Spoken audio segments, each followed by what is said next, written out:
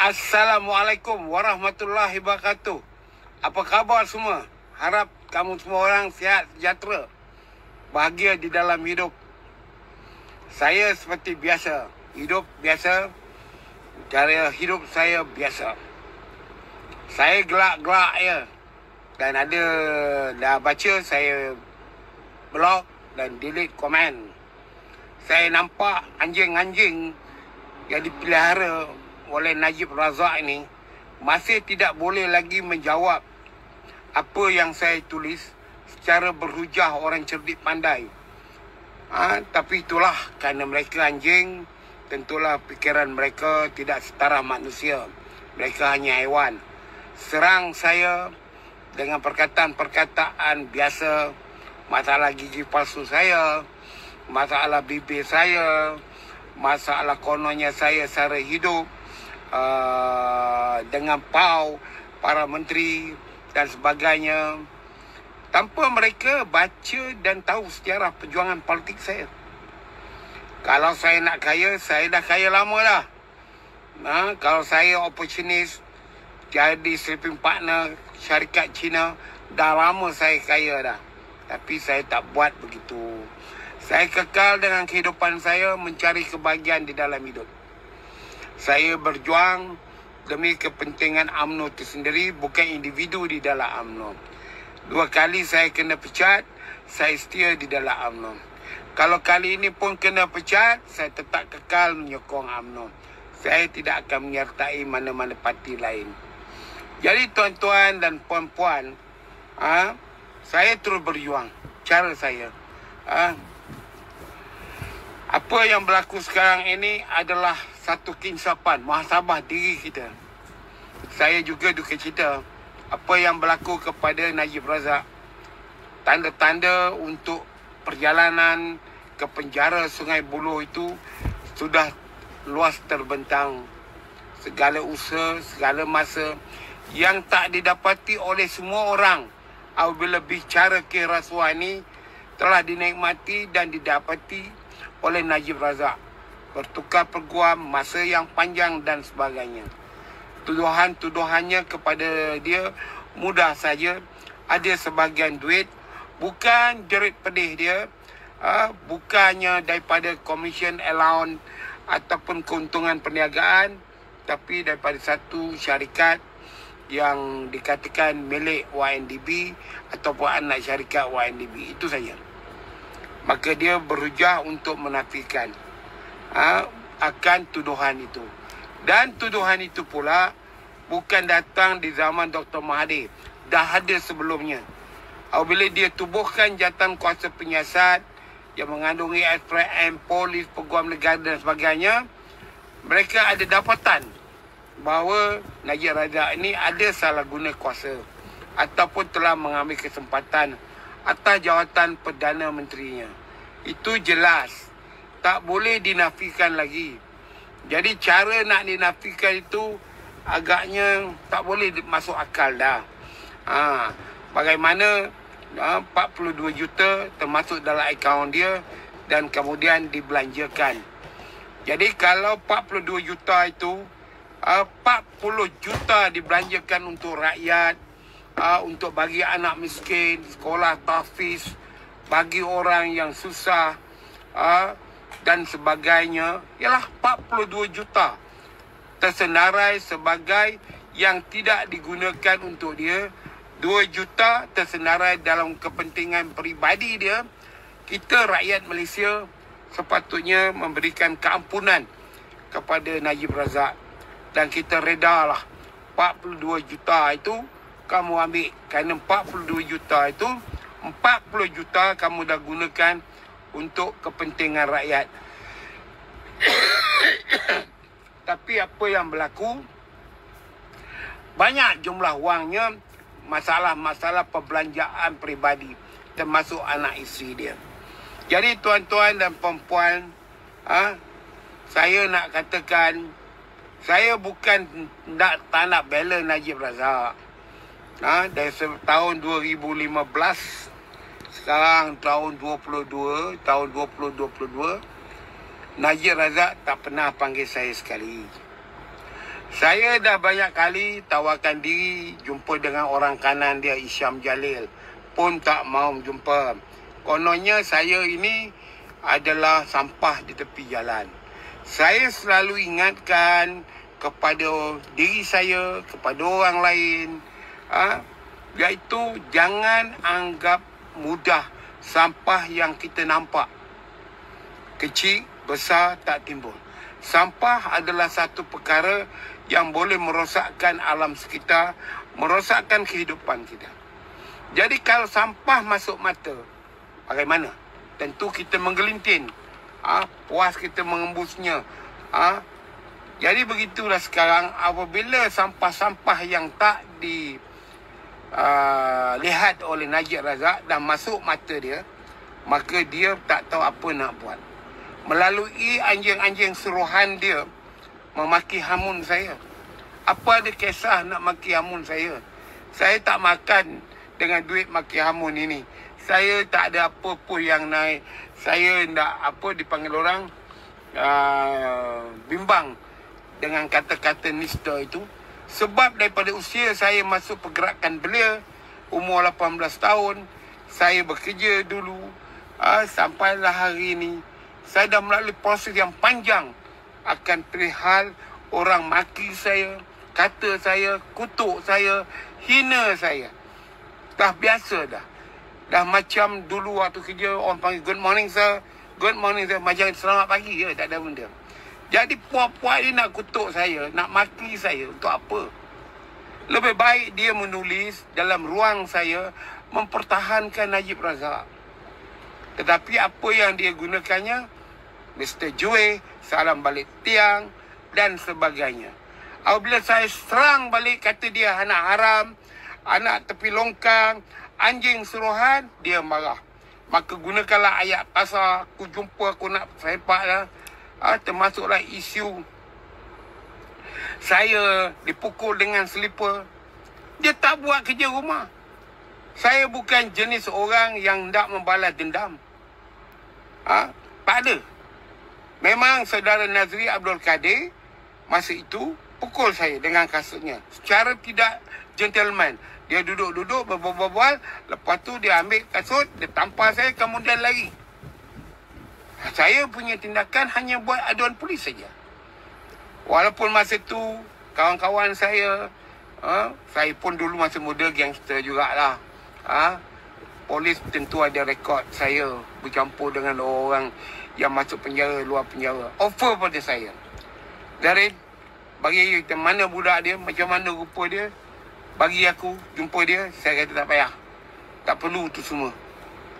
Akhirnya saya dengan iktikat yang begitu, 2-3 tahun kemudian Nazri Abdul Kadir ada dalam media sosial saya, ada story dia yang saya tagkan balik, hantar mesej untuk nak jumpa saya. Kan saya tak berdendam. Saya kata okey, marilah kita berjumpa. Okey. Dan apabila dia berjumpa dengan tulus ikhlas, dia mohon maaf. Saya beragama Islam, 2 kalimah syahadat. Saya punya lafaz. Dari itu dia minta maaf apa yang saya lakukan. Saya maafkan dia. Okey? Tanpa ada kompromi, nak marah dia balik ke, nak lecture dia, tak ada. Kerana saya tahu perasaan itu. Tak apalah.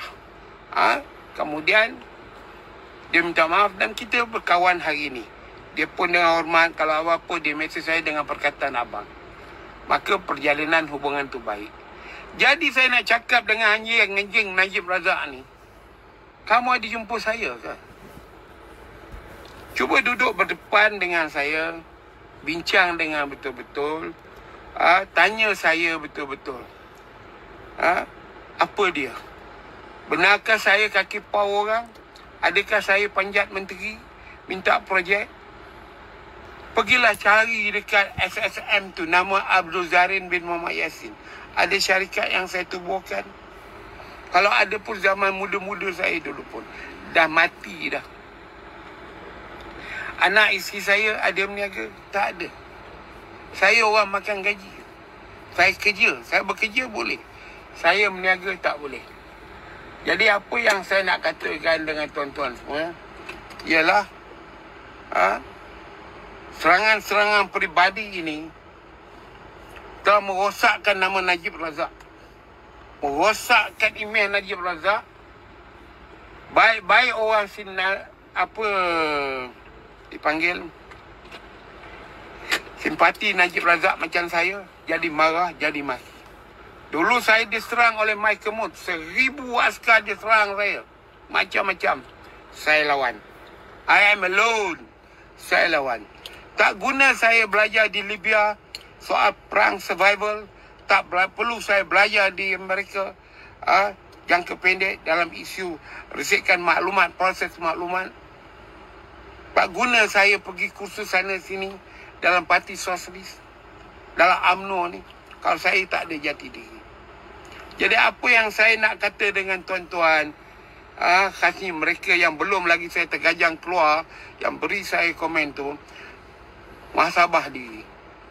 Jangan kata saya orang tua gigi palsu. Itu sebab saya kata, mak bapak dia sama ada dah mampus, belum mampus dan bakal mampus, masih kuat ke gigi dia. Dan dia nanti apabila dah tua masih kekal ke gigi dia. Ini soal gigi saya dah kata beberapa kali. Ini nasihat doktor. Dan doktor saya cakap benar. Dia kata, Zarin, kalau kamu tak sehat, kencing manis kamu berkurangan, kamu tak ada serangan 3 serangkai, gigi kamu ni rosak. Baik gusi kamu ke taring kamu ke tak minyak apa ke, nampaknya rosak. Berlubang sana, dah tanpa pun berlubang. Cara yang terbaik kamu buang semua. Kamu pakailah gigi palsu. Biarlah kamu pakai gigi palsu. Kerana kesihatan kita ini melalui urat gigi. Kalau gigi kita makan, masuk kuman, dia akan menjala ke dalam saraf, akan merosakkan struktur hidup kita. Dia kata macam wire dalam kereta lah. Kalau wire yang pakai fuse, wire tu dah dimakan oleh lipas ke, digigit oleh tikus ke, apakah kesan dia? Begitulah kamu. Jadi saya dengar lah, tak ada apa masalah. Saya dah mengaku, saya dah buka gigi saya. Inilah anjing-anjing Najib Razak. Anjing tu bukan anjing yang ada harga macam Shepherd ke, anjing macam Leslie ke, Leslie ke, masa saya dia ada budak-budak tengok cerita anjing yang cerdik, yang pandai. Ini anjing kurap. Anjing yang duduk di belakang lorong belakang mati, di tong-tong sampah ni, yang menjelongkar tong sampah untuk cari hidup dia. Pada saya itu adalah anjing. Jadi saya nak bagi tahulah. Saya tak ada kisahlah. Kalau you tulis dalam wall saya delete, saya terkajang keluar. Jadi saya balik pada isu Najib Razak. Nampak jalan mati dah ada Najib Razak. Najib Razak ni tuan-tuan kawan saya. Saya kenal dia zaman muda lagi. Zaman dia mula ahli parlimen. 1976 dia kahwin dengan Tengku Puteri, buat dekat Jalan Eton. Masa tu rumah sebelah rumah Tengku Ahmad Ritardin, masa tu jadi menteri, Government Quarters, tempat almarhum Tun Farah meninggal tu. Saya datang 1976. Dia jadi pengurusi maju ternak. Dia jadi timbalan Menteri Telekom. Saya berkawan. Kami selalu berjumpa, bercakap. Kemudian dia jadi menteri besar. Dr. Malik dah meninggal, bekas politik dia. Macam-macam cerita Dr. Malik terhadap saya. Lepas tu dia balik ke Persekutuan, jadi menteri Belia dan Sukan. Lalang berlaku 87. Bagaimana saya bergaduh dengan dia tahun 87 dalam bilik mesyuarat di Kementerian Belia dan Sukan. Masih ada lagi saksi yang ada dalam bilik mesyuarat itu. Selepas 4 hari, Fahmi Ibrahim, Ibrahim Ali, Tajuddin Rahman, tiga-tiga ni masih hidup lagi. Ditahan polis. Ada dia ambil inisiatif pergi tengok orang tu. Betul lah Ibrahim Ali kaya mungkin, Fahmi pun kaya bekas wakil rakyat, Tajuddin pun kaya orang korporat. Tetapi kita sebagai pejuang UMNO, sebagai ketua pemuda UMNO, Esko kita dah ditahan oleh polis di bawah Akta Keselamatan Dalam Negeri. Di atas kita nak berjuang kepentingan Melayu. Kau pergilah melawat. Ni tak melawat. dekat nak 5 hari. Rumah-rumah kawan-kawan kita yang laki dia atau bapa dia kena ICA. Jadi saya hayun di dalam mesyuarat itu. Cikgu Halim Abdul Samad, sekarang Datuk Seri Halim Samad ada masa itu. Bagaimana saya marah, bercakap dari hati naluri saya terhadap perangai Najib Razak ni. Saya kata, you ni betul-betul lah bukan pemimpin. You tak pedulikan langsung. Jadi saya nak bagi tahu dengan anjing-anjing Najib Razak ni, dia ingat you peduli kamu ke? Selain daripada Loman Adam, Hisham Jalil, 2-3 lagi mastermind dia dalam media sosial, kamu yang duduk di luar bandar, di kampung-kampung tak tahu ujung pangkal, maki saya. Mr. Jue pakai polidon. Anjing-anjing, saya ada pengalaman lebih awal pada kamu tau. 57 tahun saya dalam UMNO ni. Jadi saya nak bagi tahu dekat tuan-tuan yang tak faham, saya tak pernah terima duit Najib secara tunai untuk peribadi saya. Saya boleh terus terang, kalau ada cakap lah, sepanjang hayat yang saya ingat lah, satu hari masa dia jadi Menteri Pertahanan, saya pergi jumpa dia kerana kami berkawan. Maka dia nak keluar balik, dia nampak saya, patah balik, masuk dalam pejabat. Lepas tu dia bagi saya duit 500, duit not 500. Itulah duit yang saya ingat Najib pernah bagi saya. Lain pada itu Najib tak nak bagi saya. Najib pernah nak bagi, saya pernah jumpa Najib masalah politik. Satu ialah masalah hutang UMNO bahagian dan Barisan Nasional. Dia bagi duit YNDB. Mulanya nak tahu nama saya tukar, minta dia tolong tahu nama parti Barisan Nasional dan UMNO. Tak ada kena-mengena dengan duit saya tu. Tapi apa Najib buat? Najib tidak anggap saya ni sebagai kawan dia. 4 tahun, 2015, 16, 17, 18 saya balon dia. Tak pernah bagi sekali. Saya diberitahu oleh orang kanan Najib lah, yang baik dengan Najib Razak. Dia cakap dengan saya, Najib Razak ada beritahu dia, aku nak jumpa Zahrin, tapi pegawai aku kata jangan. Tak guna jumpa Zahrin ni. Bangang, yang kau pergi dengar cakap pegawai apik lempang kau. Mana Khairul Hasih kau, sepolitik kau? Mana sepolitik yang kau lantik dulu? Tolaklah Ghazali Ibrahim yang selalu jumpa saya tegur-tegur siapa. Yang lain mana? Mana pegawai khas Kulu Kilir kamu? Kamu sebagai Perdana Menteri, sebagai Presiden Parti, aku kawan kamu, kamu panggil satu call. Macam juga orang kata saya, kenapa kau balon Zahid? Saya kata, tak pernah ada pun dalam hidup saya ni, selepas UMNO kalah ni, Zahid nak telefon saya. Hilang ke jawatan Presiden kamu? Gatal ke tangan kamu? Kalau telefon saya kerana kamu Presiden UMNO, cuba kamu telefon saya. Zahrin, datang. Saya datang. You Presiden, saya kena jumpa you lah. Tapi kenapa? Orang lain boleh call, boleh cakap dengan saya. Saya dengar penjelasan. Saya peduli apa? Kalau saya dengar penjelasan, saya berperhati, cakap dengan saya terus terang, apa yang sebenarnya, saya delete, saya block, saya buang, tak ada apa masalah. Saya kena bangkitkan isu itu untuk kepentingan rakyat, bukan kepentingan saya.